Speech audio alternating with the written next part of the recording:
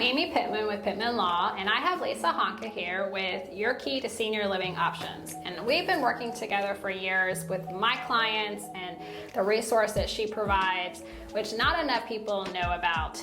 So we're going to give her some time to really explain what she does in detail and why it's so important to have her as a resource as you're getting older or your family members are needing placement or needing assistance in the home. So Lisa, tell us about your business, how long you've been here, why you do what you do here in the Villages area. Yeah, so I actually started my company almost 7 years ago. I had come down from Massachusetts, worked at 2 assisted living communities here in the Villages, and said, oh my gosh, this is really complicated. Families had moved away from their loved ones 20 years ago, 15 years ago, and suddenly the adult children were coming down, trying to figure out what to do with parents. Parents were saying, I don't have children, or I do have children, but they're far away. And we don't have a council on aging here, so there's not one hub where you can ask questions. So 7 years ago, I thought I could probably help more people on the outside than being in a senior living community. And so I thought, if I started my company and came from the point of view of the adult daughter, what do you need to know about my parent in order to make sure that they're safe? Are their legal papers done? Who's the power of attorney? Who's the health surrogate? Are they going to be applying for aid and attendance benefits? Is this a Medicaid person? Do they want to stay in their house? So I ask a lot of questions, almost 50 questions at my discovery, to figure out who is your person? What are your goals? What do you want to do? And from there, I help them navigate a plan. So sometimes the plan is to stay home. Sometimes it's to eventually move to assisted living or independent living. Sometimes it's a caregiver trying to figure out, can I bring in resources at home? Where is an adult daycare program for my spouse? How do I, as a caregiver, not get burned out? And then, do we eventually need placement? What kind of things do we need to get in place years before we may make a move, such as, again, the financials. Today I was meeting with a woman and she said, I did my legal papers 15 years ago. It's time to maybe relook at those and figure out this adult daughter who you think you want to navigate. Let's make sure that she is that person on the paperwork, not your friend who may be not here anymore. So sometimes it's just hearing their stories and figuring out, what is it, your goal? And sometimes I work with families 5 or 6 years before they're actually making a move to senior living community. But maybe we're working on home care first, or maybe meals in their house, or maybe we're looking through the long-term care policy and figuring out, can we activate this even at home long before we're making that move? Sometimes people call me about long-term care policies and say, I have the option of going down in days, going down in my value. Should I keep the policy I have? It's getting so expensive. And so I sit down and kind of navigate that with them. So I've become almost a resource that looks at all options as you're aging. How to keep you in your house, how to keep you safe, medically what's going on, financially what's going on. And over the last couple of years, I've actually helped a lot of families move out of state. So it wasn't what I had originally started to do, but because so many people want to move back to their adult children, and that's exactly where they need to be, I've partnered with other senior living advisors all over the country. So I can help them get a plan to move to Minnesota or to Wisconsin, wherever that may be, so they can be with their adult children. But sometimes we have to start way back at the beginning to figure out medically what's going on, financially what's going on, and then help them make a plan. So you pretty much know all of the different communities, always. Even the community companies that are coming into the home. So whether that's seniors, doing the just caregiving or companion services, or people coming in and actually doing medical. Yeah. Okay. Yes. So, and that's the option, what is the safest? Is it possible to stay home? So if I'm sending a client to you, you're gonna be able to say, okay, well, this is what our services are. Here are the companies I recommend because I've been here long enough. And as we know, this is a really growing community. Companies are coming in, not been here long, don't have the foundation that we really want our clients to be using them. So it's always good to know that someone is been dealing with these companies, know which companies are reputable and that are going to be staying here for the long haul. Tell us a little bit about these expos that you put on. Yep, so the expos that I put on along with Bonnie Reedy, she's been doing them for over 25 years. So 25 years ago, she started in Leesburg when there was maybe 2 assisted living communities, and she was in one of those assisted living communities. The 55 and older communities are typically in Leesburg. We also have some Del Webb, Spruce Creek, Stonecrest, and the idea is that the best of the best, not every attorney, not every wealth manager, not every home health company is in that expo. We try to pick the best of the best and the 2 of every category. And then those expos, people go to those and they find the resources that they might need as they age. I'm actually doing, and again on my website, you can go to Your Key to Senior Living Options. I list a couple of them.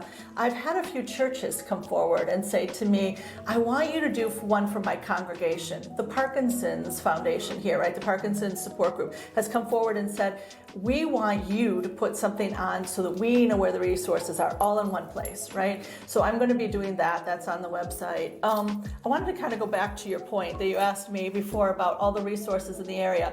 As you said, many of the companies are coming and going, right?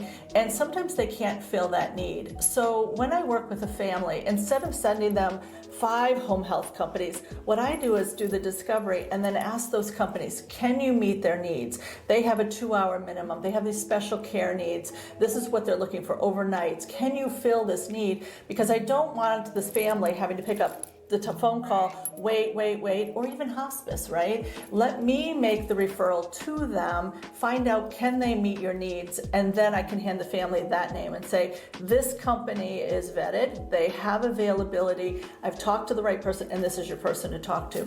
Similar to even if they're thinking about going to independent living, assisted living, memory care, why should I send them to a community that's full, right? So yesterday I was sending emails out saying, I'm looking for this cost for memory care.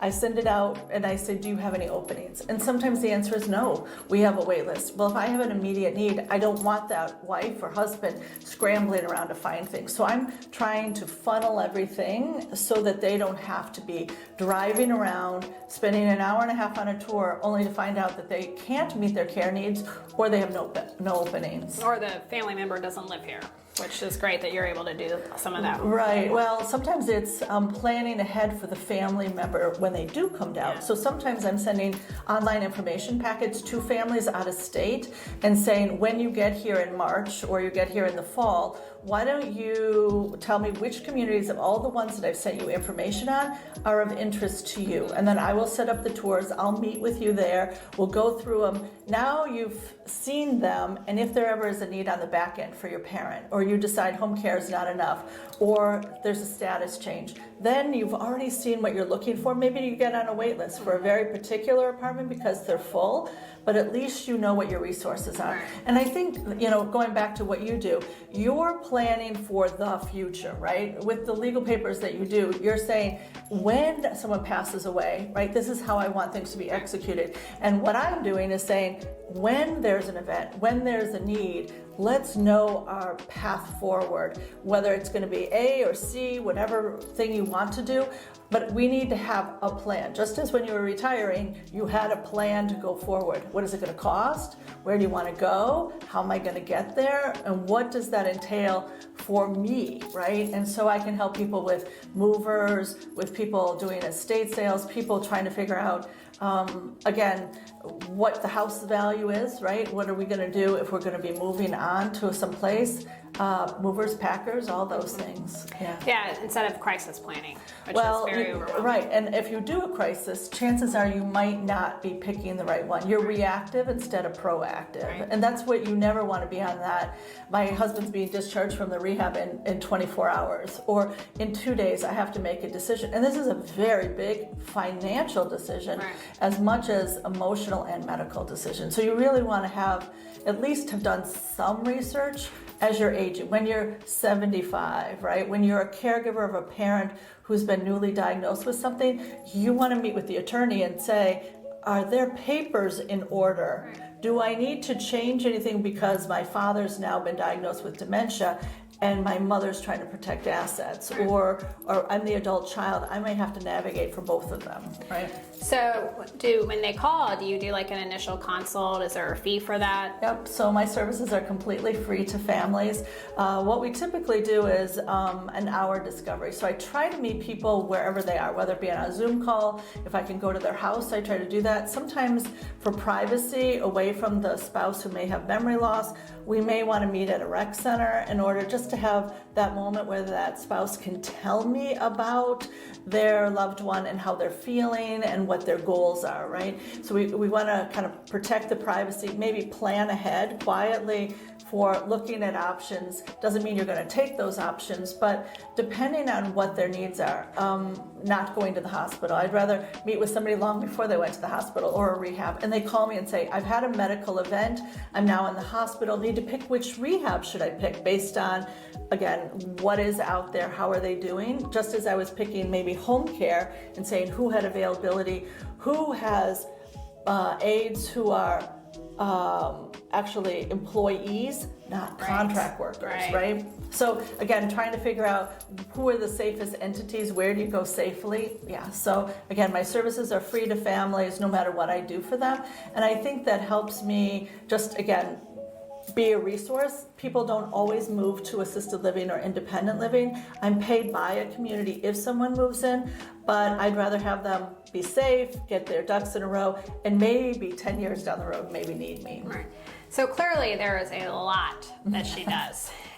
We're going to also have her website, part of the YouTube channel.